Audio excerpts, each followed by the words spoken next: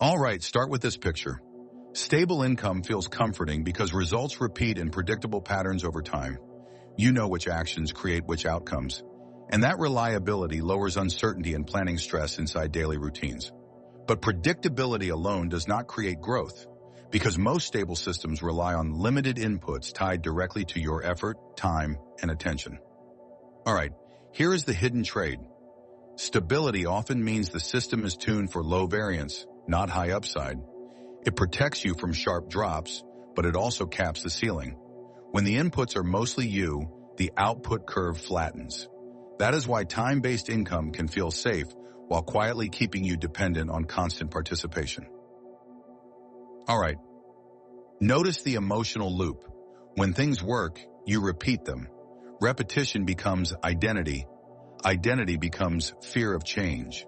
The moment you imagine a different model, your brain flags risk and says, "Don't break what's working." This is how stability turns into a comfort trap, even for smart, disciplined people who want more freedom. That fear is useful data, not a final decision. All right, let's name the real constraint. Stable does not mean scalable. A stable system can be clean, efficient, and respectable, yet still fragile in one specific way. It requires you to keep showing up. If the system does not produce value when you step away, it is not a system yet. It is a routine. Routines pay, but they do not compound without structure. All right, connect this to topic 1. Time-based income limitations show up precisely inside stable patterns. The work may be consistent, the paycheck predictable, and the calendar full, but the leverage is missing. Stability is not the enemy. The problem is when stability is built on a single point of failure, your time. Leverage means the same effort keeps paying after the hour ends. All right, now add topic 7's lens. Resilient systems are designed to survive mistakes and disruptions. Many stable incomes are only stable when nothing changes. No illness, no client churn, no platform shift. Resilience asks a sharper question. If one part breaks, does the system degrade gracefully, or does it collapse immediately? Real systems include buffers for bad weeks, not just good weeks. All right, here's the key distinction. Stability is about repeatability. Resilience is about recoverability. You can have repeatable output and still have zero recovery capacity. That is why we build controlled recovery, substitution, and simplified dependency chains. The goal is not chaos-proof perfection. The goal is stable output that can recover without panic. Recoverability is what keeps you moving when life interrupts the plan. All right, let's get practical. Stability becomes useful when it funds experimentation. The safe base can pay bills while you test one small leverage layer. Without a base, you take desperate bets. With a base, you can run calm experiments. The mistake is using the base as a permanent destination instead of a launch pad. Treat experiments like deposits, not like gambles you must win today. All right, to do that, you need a second scoreboard. Your first scoreboard is cash today. Your second scoreboard is system equity, reusable assets, repeatable processes, and audience trust that compounds. If you only track cash, you will protect stability at all costs. If you track system equity, you can trade comfort for compounding. System equity is what makes future income easier, not harder. All right, think in layers. Layer 1 is delivery, what you do that earns money now. Layer 2 is documentation, capturing the steps so results don't live only in your head. Layer 3 is packaging, turning those steps into templates, checklists, and offers that other people can execute. Packaging is where stability starts becoming leverage. Packaging also makes delegation possible because steps are visible. All right, here is a simple test. If your weekly output depends on your weekly willpower, you are still in routine mode. Systems reduce willpower requirements. They move decisions into defaults and checklists. They also create minimum viable consistency so you can keep shipping even on low energy days without quality dropping. Defaults are kindness to your future self when motivation dips. All right, stability also has a social cost. People around you get used to the version of you that plays it safe. When you shift, they may interpret your experiments as impatience or greed. Expect that friction. It is normal. Your job is to keep experiments small, measurable, and non-dramatic so progress speaks louder than explanations. Keep your circle calm by letting results do the convincing over time. All right, now, why do we keep these videos sequential? Because the channel is building one continuous framework stack. Each episode adds a tool or lens that you can reuse. If someone drops in today, they still get value. If they binge from the beginning, they see the blueprint form step by step, which builds trust and retention. This is the SIS promise. Clear systems that create real income.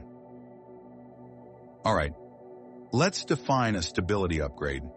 Keep the stable income, but remove the single point of failure. Add substitution, add recovery, and add a repeatable acquisition loop. If you can take a week off and revenue does not fall to zero, you have crossed the first meaningful line from routine to system. We are building continuity so your audience senses progress, not randomness. All right, here is the first move. Pick one repeatable action that creates revenue, one outreach method, one content style, or one referral script. Document it in a one-page playbook, then run it the same way for 14 days. Consistency reveals what is actually working, not what feels productive. A playbook is a bridge from effort to repeatability and delegation. All right, second move. Identify one choke point that breaks stability. It might be onboarding, fulfillment, follow-up, or lead flow. Design a controlled recovery plan for that point. What happens first, second, and third when it fails? This reduces panic, protects your baseline, and frees mental bandwidth for leverage building. Recovery design is a leadership skill, not just an operations hack. All right, third move.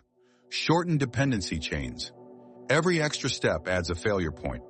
Remove steps that do not directly create value for the viewer or customer. Automate decisions where possible. Pre-write responses. Use templates. The goal is not to be robotic. The goal is to protect stability while you scale output. Simplicity is speed because fewer steps mean fewer chances to stall. All right, now the mindset shift. You do not leave stability, you convert it. You turn stable effort into stable assets. You turn stable delivery into stable processes. You turn stable demand into stable distribution. When you do this, stability stops being a ceiling and becomes a platform that supports bigger goals. Conversion is how you graduate comfort into capacity and control. All right, let's zoom out. A $1 million business is rarely one big leap. It is many small conversions of time into systems.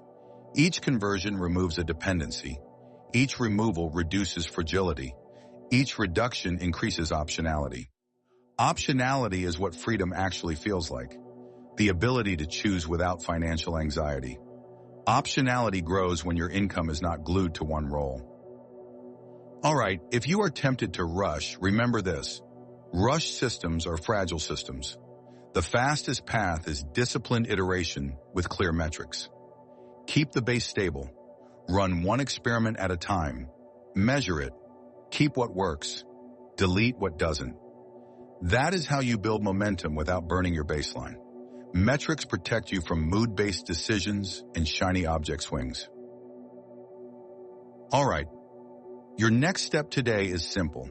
Write down what makes your current income feel stable and what makes it vulnerable. Then pick one vulnerability you can reduce this week with a checklist, a template, or a substitution plan. Small fixes compound quickly because they reduce repeated friction and decision fatigue. Friction is expensive. Remove it once and you win every week after. All right, before we close, here is a quick recap. Stability is repeatability, resilience is recoverability, and leverage is independence from constant presence. We want all three. If you only have stability, you are comfortable but capped. If you add resilience and leverage, you become calm and scalable. All three together produce freedom that is stable, not fragile. All right, next episode, we will build on this by designing an anti-fragile growth loop, one that gets stronger with repetition instead of draining you. If you want the full sequence, Start from topic 1 and follow forward. Each topic is a building block in the same system stack. Each block is small, but stacked blocks become a real engine. All right, for now, keep your base stable, but refuse to worship comfort. Use stability as funding, not as a finish line. Convert routines into playbooks, convert playbooks into package offers, and convert package offers into distribution. That is how stable income stops being a ceiling and becomes a launchpad toward real freedom. You will feel the difference when your week stops revolving around survival.